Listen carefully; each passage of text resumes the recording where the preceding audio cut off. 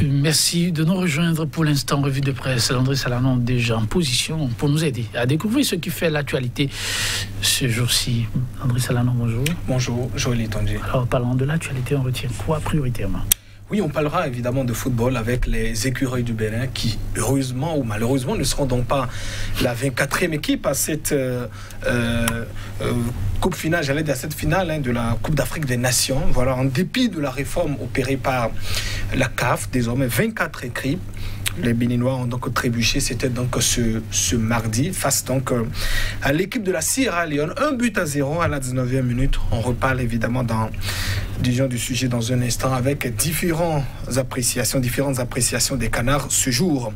Le hautement social de Patrice Talon, évidemment, qu'est-ce qu'on en pense? Ces poubelles exigées, vous allez dire recommandées, évidemment par la société chargée donc du ramassage des ordures en République du Bénin. Est-ce le bon timing? Beaucoup de questions. Est-ce évidemment à la hauteur de la bourse des Béninois? Autant de questions que les journaux abordent dans leur parution du jour. Merci Landry Salanon. On va donc couvrir graduellement et on commence par quelques quotidiens.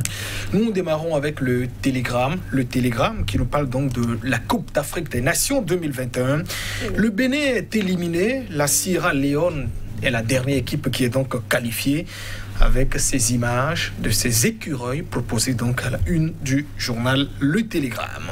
Et le Clairon, qui aborde toujours le même sujet, nous rappelle que les écureuils du Bénin ont capitulé à quelques centimètres de la qualification, parlant évidemment des éliminatoires CAN Cameroun 2021.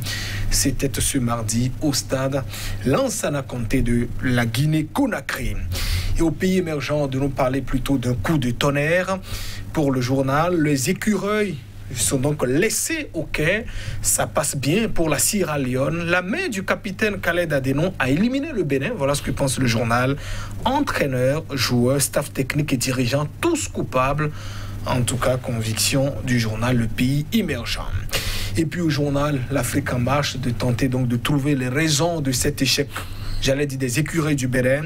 Le Bénin n'est pas soudé, c'est la raison, en tout cas, on croit le journal, de l'échec des écureuils du Bénin. C'était donc ce mardi en Guinée-Conakry. On change de sujet avec le Matin Libre, qui nous parle donc de l'assainissement dans le Grand Nokoué. Le hautement social de Patrice Talon à l'épreuve des poubelles homologuées. Et ces questions du journal, ou ces commentaires, le gouvernement et puis la société chargée évidemment de la gestion des ordures dans le Grand Nokoué expliquent la décision et sensibilise, mais ça polémique toujours et ça grogne au sein de la population, nous dit donc Matin Libre, qui se demande est-ce que le timing arrange les choses. Ce qui se fait en Côte d'Ivoire figure également dans les colonnes du journal Matin Libre qui passe aussi, ou j'allais dire qui fait un petit détour parlant de cet échec des écureuils du Bénin. La ruse et la rage de la Sierra Leone éliminent le Bénin. Notre temps, le label, nous parle donc, disons, du paiement des dettes intérieures par le gouvernement. Il y a un plaidoyer pour la prise en compte des créanciers ayant donc loué des véhicules à l'État béninois. Et puis, au quotidien, Diapata, toujours de renchérir par rapport à ce gros sujet pour avoir été donc oublié depuis l'avènement du régime de la rupture. Il y a des créanciers ayant donc loué des véhicules à l'État qui plaident pour leur prise en compte, évidemment, dans le programme de paiement en cours. Il faut se rappeler toujours, le quotidien qui nous rappelle que les députés sont donc en séance plénière ce jeudi. Il y a 3 dossiers appelés donc à l'ordre du jour. Attention, il y a une loi qui sera donc examinée.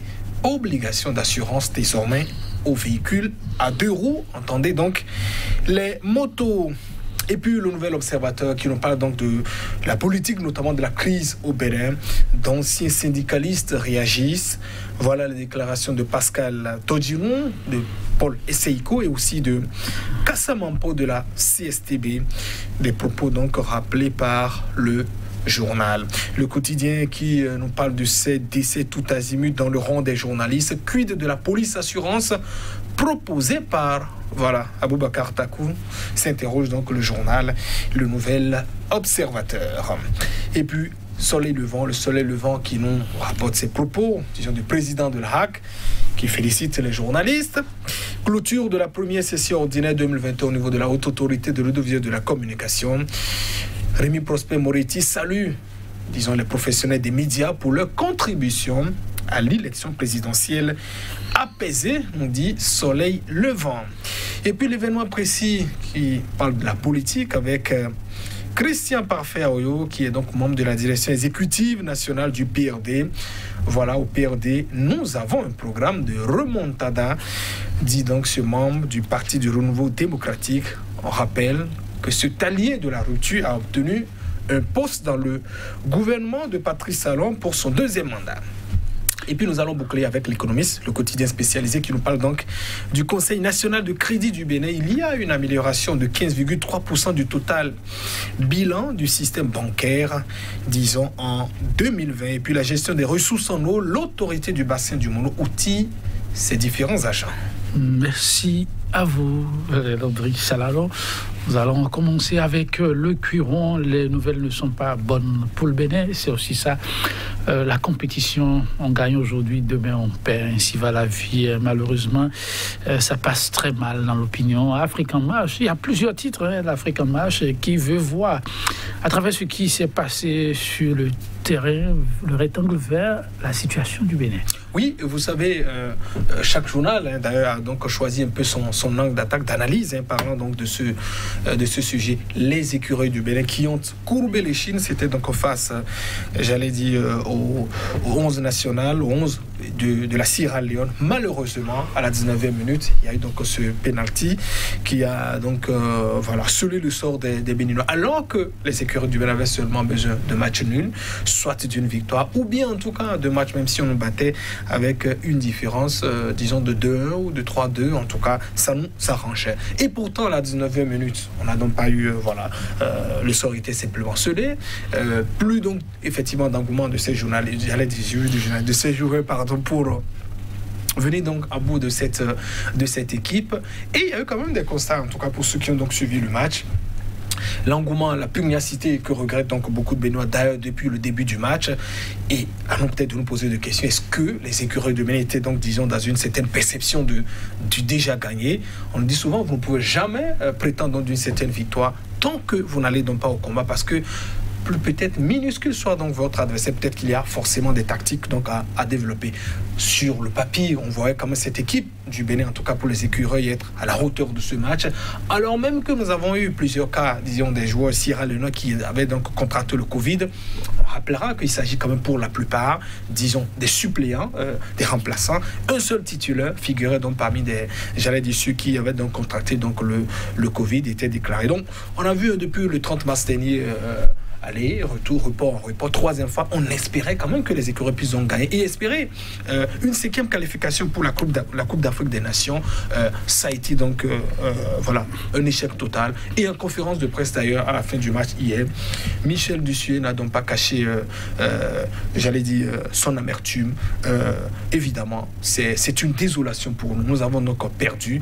Et à lui qui commence sans doute à tirer déjà un peu les leçons, peut-être aussi passe, aux personnes aligné. Steve Mounier hier, pratiquement absent, disons, dans sa position. Quelques velléités, toujours pas réussies de la part de Jodel Ousso. Et quelques individualités aussi qu'on notait quand même de la part de certains joueurs, alors même que des occasions qui se présentaient leur offraient la possibilité de pouvoir combiner et quand même d'obtenir tout au moins un match, ou bien d'égaliser quand même ce but qui avait été donc placé depuis la 19e minute. C'est une déception totale. Et pour en revenir, donc, à la manchette du journal L'Afrique en marche, le quotidien, de son côté, pense quand même que c'est parce que le pays n'est pas soudé. Le quotidien rappellera que nous sommes au pays d'endogénéité, voilà, pour rappeler un peu les réalités quand même à l'interne du Bénin. Vous avez des citoyens qui sont donc en prison, d'autres groupés. S'il n'y a pas unité au niveau national, nous rappelle donc le journal. Et sa conclusion, c'est de dire que cela aussi a pu jouer sur le mental, en tout cas n'a pas favorisé les écureuils pour réussir. On choisira peut-être 1000 angles pour traiter donc de ce sujet, mais ce fait, quand même, c'est aussi une réalité. On parlera peut-être aussi d'une certaine entente, mais rappelez quand même au-delà de tout que, la performance que les Béninois attendaient donc de la part de l'11 national, on n'a pas du tout observé, même pas de meneur. À la deuxième partie, quand on a vu un peu Poté entrer, il a pu quand même essayer de booster un peu l'équipe, mais on a aussi l'impression qu'il y a donc un lead qui manque désormais dans cette équipe.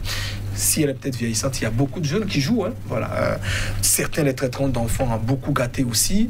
On dira que le football, quand ça donne, il faut également en distribuer. Mais c'était quand même une grosse déception, voilà, par rapport à ces résultats obtenus hier.